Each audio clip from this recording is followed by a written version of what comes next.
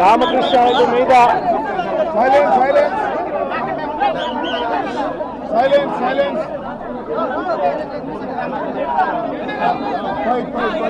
ఈరోజు పిన్నెల్లి రామకృష్ణారెడ్డి మీద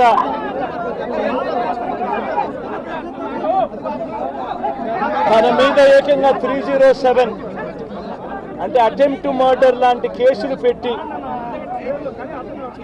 ఏ రకంగా అన్యాయంగా తనను జైల్లో నిర్బంధించడం జరుగుతూ ఉందో కూడా చూస్తూ ఉన్నాం. ఈరోజు రాష్ట్ర వ్యాప్తంగా కూడా ఇదే కార్యక్రమాలు జరుగుతూ ఉన్నాయి.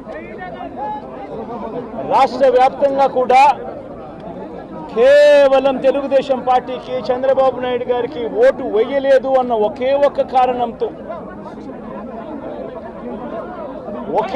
కారణంతో ఏకంగా ఆస్తులను ధ్వంసం చేస్తూ ఉన్నారు, దొంగ కేసులు పెడతా ఉన్నారు.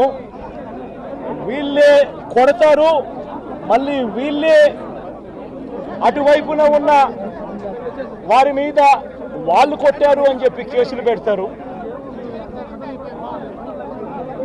ఇంతటి దారుణంగా ఈరోజు రాష్ట్రంలో పరిపాలన సాగిస్తూ ఉన్నారు. నేను అడుగుతా ఉన్నా, ఇదే గత 5 సంవత్సరాల కాలంలో వైఎస్ఆర్సీపీ పరిపాలనలో ఉండగా, వైఎస్ఆర్సీపీ ప్రభుత్వంలో ఉండగా అప్పుడు జగన్ ఏం చేశాడు? కులం చూడలేదు, మతం చూడలేదు, ప్రాంతం చూడలేదు, చివరికి ఏ పార్టీకి ఓటు వేశారన్నది కూడా చూడకుండా ప్రతి పథకము ప్రతి మనిషి కూడా అర్హత అన్నది మాత్రమే ప్రామాణికంగా తీసుకుని ప్రతి ఇంటికి డోర్ డెలివరీ చేసిన ప్రభుత్వం వైఎస్ఆర్సీపీ ప్రభుత్వందైతే, జగన్మోహన్ రెడ్డి ప్రభుత్వందైతే ఈరోజు కేవలం తెలుగుదేశం పార్టీకి ఓటు వేయలేదని, కేవలం చంద్రబాబు నాయుడు గారికి ఓటు వేయలేదని, కేవలం ఓటు వేయలేదన్న ఒక్క కారణంతో ఆస్తులు ధ్వంసం చేస్తూ ఉన్నారు, మనుషులను కొడతా ఉన్నారు, కొట్టి మరి కేసులు పెడతా ఉన్నారు. ఇంతటి అన్యాయంగా రాష్ట్రాన్ని రావణ కాష్టం చేస్తూ ఉన్నారు. రాజశేఖర రెడ్డి గారి విగ్రహాలను విరగొడతా ఉన్నారు, పగలగొడతా ఉన్నారు. ఇవన్నీ ఏదైతే చేస్తూ ఉన్నారో ఇవన్నీ కూడా శిశుపాలుని పాపాల మాదిరిగా ఇవన్నీ కూడా పాపాలు పండుతాయి. ప్రజాస్వామ్యంలో ఏదైనా కూడా ప్రజలకు మంచి చేసి ప్రజల గుండెల్లో స్థానం సంపాదించుకుని ప్రజల దగ్గరికి వెళ్ళి పలాని మంచి చేశాం కాబట్టి మాకు ఓటు వేయండి అని అడిగే పరిస్థితులు ఉండాలి తప్పనిచ్చి ఈ మాదిరిగా దౌర్జన్యాలు చేసి, ఈ మాదిరిగా అన్యాయమైన కేసులు బిగించి, ఈ మాదిరిగా ఆస్తులు ధ్వంసం చేసి, ఈ మాదిరిగా ఫియర్ సైకోసిస్ క్రియేట్ చేస్తూ రాజకీయాలు చేస్తే మాత్రం అది ఏ రోజు కూడా నిలబడే రాజకీయం కాదు. తాత్కాలిక మేలేదైనా జరుగుతుందేమో తప్పనిచ్చి తర్వాత ఓటు వేసేటప్పుడు మాత్రం ప్రజలు ఇవన్నీ కూడా ఖచ్చితంగా గుర్తుపెట్టుకొని లెక్క జమ చేసి చంద్రబాబు నాయుడు గారికి గట్టిగా బుద్ధి చెప్పే పరిస్థితులు రోజులు కూడా తొందరలోనే ఉన్నాయని కూడా ఈ సందర్భంగా చంద్రబాబు నాయుడు గారిలో మార్పు రావాలని సందర్భంగా కూడా తెలియజేస్తా ఉన్నా. నిజంగా ఇదే విషయానికి వస్తే ప్రజలు ఎందుకు నీకు ఓటేశారు చంద్రబాబు నాయుడు గారు అని చెప్పి ఫస్ట్ చంద్రబాబు నాయుడు ఆలోచన చేయాలి. ఒకవైపున వైఎస్ఆర్ కాంగ్రెస్ పార్టీ ప్రజల్లో వ్యతిరేకత వల్ల ఓడిపోలేదు, ప్రజలకు మంచి చేసి ప్రజలకు మంచి చేసి వైఎస్ఆర్ కాంగ్రెస్ పార్టీ ఓడిపోయింది. ఎందుకు ఓడిపోయింది అని అంటే చంద్రబాబు నాయుడు చేసిన మోసపూరిత హామీలకు ప్రజలు కాస్తో కూస్తో కొద్దిగా ఇదై ఆ 10% కాస్త అటువైపున షిఫ్ట్ అయ్యి చంద్రబాబు నాయుడు గారు అధికారంలోకి వచ్చిన పరిస్థితులు. మరి చంద్రబాబు నాయుడు అధికారంలోకి వచ్చిన తర్వాత ఈరోజు రైతులకు తాను ఇస్తానన్న రైతు భరోసా 20,000 రూపాయలు ప్రతి రైతన్నకి ఇస్తానన్నాడు. వ్యవసాయం స్టార్ట్ అయింది, ఖరీఫ్ మొదలైంది, పంటలు వేగంగా వేస్తూ ఉన్నారు రైతన్నలు. ఇంతవరకు రైతు భరోసా 10,000-20,000 రూపాయలు ఇస్తానన్న దానికి అతి గతి లేదు. బడులు మొదలయ్యాయి. అమ్మఒడి కింద జగన్ 15,000 ఇస్తాను అని అంటే కాదు, చంద్రబాబు నాయుడు వస్తే ఎంతమంది పిల్లలు ఉంటే అంతమందికి ఇస్తాడు, ప్రతి ఒక్కరికి 15,000 ఇస్తాడు అని చెప్పారు. రాష్ట్రంలో 1 కోటి మందికి పైగా పిల్లలు, బడియీడు పిల్లలు ఉన్నారు. బడులు స్టార్ట్ అయ్యాయి. ఆ ప్రతి తల్లి కూడా అడుగుతూ ఉంది, తల్లికి వందనం అని పేరు పెట్టావు, అమ్మఒడి అనే పథకాన్ని పేరు మార్చావు, మరి ఆ డబ్బులు ఏమైనాయని చెప్పి గవర్నెన్స్ మీద కాస్త ధ్యాస పెట్టి ఆ తల్లులకి ఇచ్చే డబ్బులు ఇచ్చే కార్యక్రమం చూడండి. రైతులకు ఇచ్చే రైతు భరోసా 20,000 ఇస్తామన్నారు, ఇచ్చే కార్యక్రమం చూడండి. ప్రతి అక్క చెల్లెమ్మకు 18 ఏళ్ళు పైబడిన ప్రతి అక్క చెల్లెమ్మకు ప్రతి ఒక్కరికి 1,500 రూపాయలు ఇస్తామని చెప్పారు. అంటే సంవత్సరానికి 18,000 రూపాయలు. రాష్ట్రంలో 4,12,00,000 మంది ఓటర్లు ఉండరని చెప్పి మొన్నలే లెక్కలు తేలే. అందులో దాదాపుగా 2,10,00,000 మంది మహిళా ఓటర్లే. అంటే అందరూ 18 సంవత్సరాలు నిండిన మహిళా ఓటర్లే. మరి 2,10,00,000 మంది ఈ మహిళా ఓటర్లందరూ కూడా 18 ఏళ్ళు నిండిన ఈ మహిళా ఓటర్లందరూ కూడా వీళ్ళందరూ కూడా ఈరోజు అడుగుతూ ఉన్నారు, 1,500 రూపాయలు ప్రతి నెల ఇస్తానన్నావు, ఏమైంది ఈ 1,500 రూపాయలు ఇచ్చే కార్యక్రమాలు అని చెప్పి అడుగుతూ ఉన్నారు. వాటి మీద ధ్యాస పెట్టే కార్యక్రమం చంద్రబాబు నాయుడు చేయాలి. ఇవేమీ కూడా చేయకుండా కేవలం భయాందోళనలు క్రియేట్ చేయాలి, రాష్ట్రంలో రావణ కాష్టం సృష్టించాలి, దొంగ కేసులు పెట్టాలి, ఇరికించాలి, ఆస్తులను ధ్వంసం చేయాలి. వైఎస్ఆర్సీపీ అభిమానులైనా, వైఎస్ఆర్సీపీ కార్యకర్తలైనా, వైఎస్ఆర్సీపీకి ఓటు వేసిన వారైనా కూడా ఎవరిని కూడా ఉంచకూడదు అన్న దుర్మార్గపు ఆలోచనలతో అడుగులు ముందుకు వేయడం అతి హేయమైన రాజకీయమని కూడా ఈ సందర్భంగా తెలియజేస్తా ఉన్నా. ఇదే రామకృష్ణారెడ్డి విషయానికే వస్తే నిజంగా ఎంతటి అన్యాయమైన పరిస్థితిలో కేసులు బిగించారు అన్నది ఒకసారి అందరూ కూడా ఆలోచన చేయమని కోరుతా ఉన్నా. ఇదే విషయం కారంపూడి ఘటన జరిగింది ఎప్పుడు? ఎన్నికలు అయిపోయిన తర్వాత మరుసటి రోజు, అంటే మే 14వ తారీఖున కారంపూడిలో ఘటన జరిగింది. కారంపూడిలో ఏం ఘటన జరిగింది, ఎందుకు జరిగింది? కారంపూడిలో తెలుగుదేశం పార్టీ చేసిన ఆకృత్యాలకు ఒక ఎస్సీ కుటుంబంలో ఉన్న మహిళలు ఇబ్బంది పడే పరిస్థితిలోకి పోయినప్పుడు వాళ్ళను పరామర్శించడానికి డిఎస్పీ అనుమతి తీసుకునే మరుసటి రోజు, ఎన్నికలు అయిపోయిన మరుసటి రోజు ఎమ్మెల్యే బయలుదేరాడు. ఎమ్మెల్యే కారంపూడికి చేరుకోక మునిపే ఆ ఎస్సీ కుటుంబం అనేది కారంపూడి అటువైపున ఉంటే, ఊరికి అటువైపున వాళ్ళు ఇల్లు ఉంటే, ఆ ఊరు ఎంటర్ కాకమునిపే తనని అడ్డగించడము, అక్కడే గొడవ జరగడము, గొడవ జరిగేది టౌన్లో జరుగుతూ ఉంది, ఇక్కడ నుంచి ఇక్కడ అడ్డగించినారు.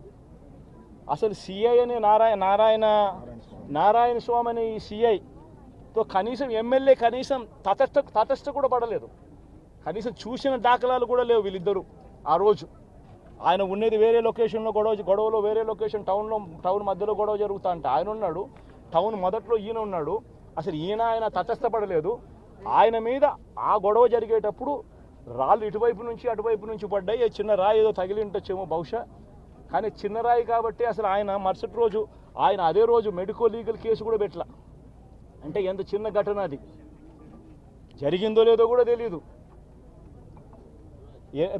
మే 14న జరిగితే 9 రోజుల తర్వాత, అంటే మే 23వ తారీఖున ఆయనకి ఏదో జరిగిందన్నట్టుగా ఆ సిఐ హత్యాయత్నం కేసు పెట్టడం జరుగుతూ ఉంది రామకృష్ణారెడ్డి, కనీసం సీన్లో కూడా లేని వ్యక్తిని.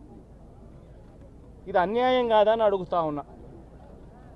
అసలు ఇన్సిడెంటే జరిగిందో లేదో కూడా తెలియదు ఆయనకి. ఏ మేర ఇన్సిడెంట్ నిజంగానే జరిగిందంటే మే 14న ఆయన జరిగిందంటే మే 15వ తారీఖునే మెడికో లీగల్ కేసు ఎందుకు పెట్టలేదు? 17వ తారీఖున సిట్ వేసింది కేంద్ర ఎన్నికల సంఘం. 17వ తారీఖు నుంచి 20వ తారీఖు వరకు పల్నాడు ఏరియాలో ఆ సిట్ బృందం తిరిగి ఇన్సిడెంట్ జరిగిన ప్రతి అంశం మీద రిపోర్ట్ ఇచ్చింది. ఆ రిపోర్ట్ ఇచ్చిన దాంట్లో, ఆ సిట్ ఇచ్చిన రిపోర్ట్లలో ఎందుకు ఈ అంశం రాలేదు?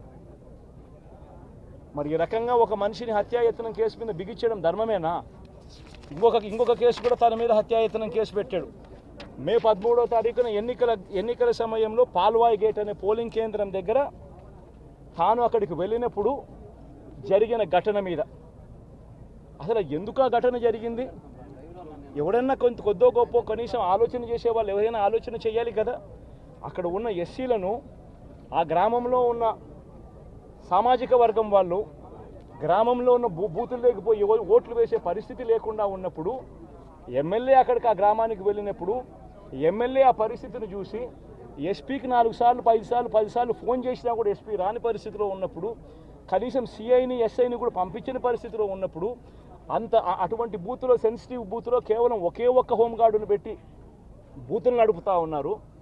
అటువంటి పరిస్థితిలో అన్యాయం జరుగుతూ ఉందని చెప్పడం కోసం, అన్యాయం జరుగుతూ ఉన్న వాళ్ళ పక్షాన్ని నిలబడడం కోసం ఎమ్మెల్యే లోపలికి పోయి ఈవీఎంను పగలగొట్టే కార్యక్రమం జరిగింది. ఎందుకు ఈవీఎంలో నిజంగానే ఎమ్మెల్యేనే రిగ్గింగ్ చేసుకుంటా ఉంటే, ఎమ్మెల్యేకి అక్కడ నిజంగానే ఎమ్మెల్యే పరిస్థితి అంత బాగుండింటే ఎందుకు ఎమ్మెల్యే ఈవీఎం పగలగొడతాడు? అక్కడ పరిస్థితి బాగలేదనే కదా, అన్యాయం చేస్తూ ఉన్నారనే కదా. అక్కడికి పోయినప్పుడు అన్యాయం చూశాడు కాబట్టే కదా ఈవీఎం పగలగొట్టాడు. ఆ ఈవీఎం ఏదైతే పగలగొట్టిన కేసులు ఏదవుతుందో తనకు బెయిల్ వచ్చింది. ఈరోజు తాను బెయిల్ అక్కడ లోపల ఉన్నది ఈవీఎం పగలగొట్టిన కేసులో కాదు, తను లోపల ఉన్నది ఈవీఎం పగలగొట్టిన కేసులో. అన్యాయం జరిగింది అని చెప్పి, అన్యాయం జరుగుతూ ఉన్న పరిస్థితిలో ఎమ్మెల్యే అక్కడికి పోయి అడ్డుకునే కార్యక్రమంలో జరిగింది అని చెప్పి కోర్టులు కూడా గుర్తించాయి కాబట్టి తనకు బెయిల్ వచ్చింది. కానీ మళ్ళా తర్వాత ఏం జరిగింది? ఆ ఇన్సిడెంట్ జరిగిన 10 రోజుల తర్వాత, ఆ ఇన్సిడెంట్ జరిగిన 10 రోజుల తర్వాత అంటే మే 23వ తారీఖున ఎమ్మెల్యే అక్కడికి వెళ్ళి హత్యాయత్నం చేశాడట. అదే పోలింగ్ బూత్లో హత్యాయత్నం చేశాడంట. ఎవడన్నా బుద్ధునోడు ఎవడన్నా నమ్మదానికి ఉందయ్యా? ఎవడన్నా ఎమ్మెల్యే అనేవాడు అక్కడికి పోయినప్పుడు వాళ్ళు చేస్తూ ఉన్న రిగ్గింగు, ఎమ్మెల్యే దానికి అడ్డుకునే కార్యక్రమం చేస్తూ ఉంటే ఎమ్మెల్యే అక్కడికి పోయి ఎమ్మెల్యే హత్యాయత్నం చేస్తాడా? చెప్పడానికైనా హద్దు పొద్దు ఉండాలి కదా. 10 రోజుల తర్వాత ఎమ్మెల్యే హత్యాయత్నం చేశాడని చెప్పి కేసు పెడతారు 10 రోజుల తర్వాత. ఇప్పుడు నిజంగానే అటువంటి ఇన్సిడెంట్ జరిగిందంటే సిట్టు 17వ తారీఖు నుంచి, మే 17వ తారీఖు నుంచి 20వ తారీఖు లోపల మధ్యలో ఇచ్చిన రిపోర్ట్లో ఆ సిట్లో అది చెప్పాలి కదా, ఇది జరిగింది, ఎమ్మెల్యే అనే వ్యక్తి హత్యాయత్నం చేసే కార్యక్రమం చేశాడు అని చెప్పి రావాలి కదా. మరి ఎందుకు సిట్ రిపోర్ట్లో రాలేదు? ఈ రకంగా ఒక మనిషిని కేవలం 4 సార్లు ఎమ్మెల్యే తాను 2000 కన్సిస్టెంట్గా 4 సార్లు ఎమ్మెల్యే గెలిచాడు. 2009లో గెలిచాడు, 2011లో గెలిచాడు, 2014లో గెలిచాడు, 2019లో గెలిచాడు. ఒక మనిషి కన్సిస్టెంట్గా 4 సార్లు ఎమ్మెల్యేగా గెలుస్తూ వస్తున్నాడు అని అంటే ఆ మనిషి మంచోడు కాబట్టే గెలుస్తూ వచ్చాడు, ఆ మనిషి మంచోడు కాబట్టే ప్రజలు ఆశీర్వదిస్తూ వచ్చారు. అటువంటి వ్యక్తిని తీసుకొని వచ్చి తప్పుడు కేసులలో ఈ మాదిరిగా బిగించడం ఎంత మటుకు ధర్మం? ఈరోజు ఒక్క రామకృష్ణారెడ్డి ఒక్క పరిస్థితే కాదు, రాష్ట్ర వ్యాప్తంగా ప్రతి గ్రామంలోనూ కూడా ఇదే కార్యక్రమాలు జరుగుతూ ఉన్నాయి. ప్రతి ఒక్కరూ కూడా వాళ్ళ స్థాయిలో రెడ్ బుక్స్ అని చెప్పి రెడ్ బుక్లు పెట్టుకొని ఉండరు. చంద్రబాబు నాయుడు స్థాయిలో చంద్రబాబు నాయుడు ఒక రెడ్ బుక్, లోకేష్ స్థాయిలో లోకేష్ ఒక రెడ్ బుక్, ఎమ్మెల్యే స్థాయిలో ఎమ్మెల్యే ఒక రెడ్ బుక్, మండల స్థాయిలో మండల నాయకుడు ఒక రెడ్ బుక్, గ్రామ స్థాయిలో గ్రామంలో ఇంకో రెడ్ బుక్, గ్రామ స్థాయిలో ఇంకో నాయకుడు, గ్రామ స్థాయిలో ఇంకో రెడ్ బుక్లలో పెట్టు అన్యాయంగా ఆస్తులు ధ్వంసం చేస్తూ ఉన్నారు. రాష్ట్రం మొత్తం దాన్ని చూస్తూ ఉంది, కానీ ఎవడూ మాట్లాడడం లేదు. దొంగ కేసులు పెడతా ఉన్నారు, పోలీసులు ప్రేక్షక పాత్ర పోషిస్తూ ఉన్నారు. దొంగ కేసులు పెడతా ఉన్నారు, వాళ్ళే కొడతారు, మళ్ళీ ఇటువైపున కేసులు పెడతా ఉన్నారు. రాష్ట్రం మొత్తం ఇది చూస్తూ ఉంది. చీని చెట్లు నరికేస్తూ ఉన్నారు, ఆస్తులు ధ్వంసం చేస్తూ ఉన్నారు, కనిపిస్తూ ఉంది. ఎమ్మెల్యేలు ఏకంగా జేసీబీల మీద, పొక్లైన్ల మీద ఎమ్మెల్యేలే స్వయంగా తిష్టేసి ఏకంగా పోయి బిల్డింగులు పగలగొట్టే కార్యక్రమాలు చేస్తూ ఉన్నారు. ఇంతటి దారుణంగా నిజంగా చేస్తూ ఉన్నారు అని అంటే ఎల్లకాలం ప్రభుత్వం మీది కాదు, ఎల్లకాలం రోజులు మీయే ఉండవు చంద్రబాబు, అది గుర్తుపెట్టుకో. మీ పాపాలు పండుతూ ఉన్నాయి వేగంగా. ప్రజలు దీన్ని క్షమించని పరిస్థితుల్లోకి వస్తారు. ఖచ్చితంగా మీకు బుద్ధి చెప్పే పరిస్థితులు రోజులు కూడా ఉంటాయి. చేతనైతే మంచి చేయండి, మంచి చేసి ప్రజల మనసులు గెలుచుకుని ఓట్లు ప్రజల మనసుల్లో స్థిరస్థాయిగా నిలబడే కార్యక్రమం చేయండి. కానీ ఈ తప్పుడు రాజకీయాలు ఈ మాదిరిగా నువ్వు ఒక్కరిమే చేస్తావు అనుకుంటా ఉన్నావు. ఇదే మాదిరిగా కొనసాగితే రాష్ట్రంలో ఒక తప్పుడు సాంప్రదాయానికి నువ్వు నాంది పలుకుతా ఉన్నావు. నువ్వు వేసే ఈ బీజం, నువ్వు వేసే ఈ తప్పుడు సాంప్రదాయం, రేపొద్దున నువ్వు వేసే ఈ బీజం చెట్టు అవుతుంది. రేపొద్దున నువ్వు ఏదైతే ఇత్తుతావో అదే పండుతుంది. రేపొద్దున మళ్ళీ మీ గ్రామాలలో మీ కార్యకర్తలకు ఇదే పరిస్థితినే ఇదే మాదిరిగానే మళ్ళీ జరిగే కార్యక్రమాలు కూడా జరుగుతాయి. అటువంటి తప్పుడు సాంప్రదాయాలు దయచేసి ఇప్పటికన్నా ఆపండి. నాయకులుగా ఉన్న మనలాంటి వాళ్ళం ఇలాంటివి ప్రోత్సహించకూడదు. ఇలాంటివి ఎవరు తప్పు చేసినా తప్పు అని చెప్పే కార్యక్రమం నాయకులుగా మనం చెయ్యాలి. కానీ దగ్గరుండి ఈ మాదిరిగా ప్రోత్సహించడం అతి దుర్మార్గమైన కార్యక్రమం. దయచేసి దీనికి ఫుల్ స్టాప్ పెట్టే కార్యక్రమం ఖచ్చితంగా చెయ్యండి చంద్రబాబు అని చెప్పి సందర్భంగా మరొక్కసారి చంద్రబాబును ఈసారి హెచ్చరిస్తున్నామని కూడా చెప్తా ఉన్నాం. ఈసారి కోరడం లేదు, హెచ్చరిస్తున్నామని కూడా చెప్తా ఉన్నాం. ఇదే మాదిరిగా జరుగుతూ పోతూ ఉంటే మాత్రం ఎవరైనా కూడా ఊరుకునే కార్యక్రమం జరగదు. రియాక్షన్ అనేది ఖచ్చితంగా ఉంటుందని కూడా చంద్రబాబు నాయుడుకి సందర్భంగా గట్టిగా చెప్తాం. నెల రోజులైంది. చాలా మంది కార్యకర్తలు కూడా ఇబ్బంది పడిన పరిస్థితి. కార్యకర్తలను వదిలేసి ఈరోజు భారత రాజ్యాంగ వ్యవస్థని నిర్వీర్యం చేసే విధంగా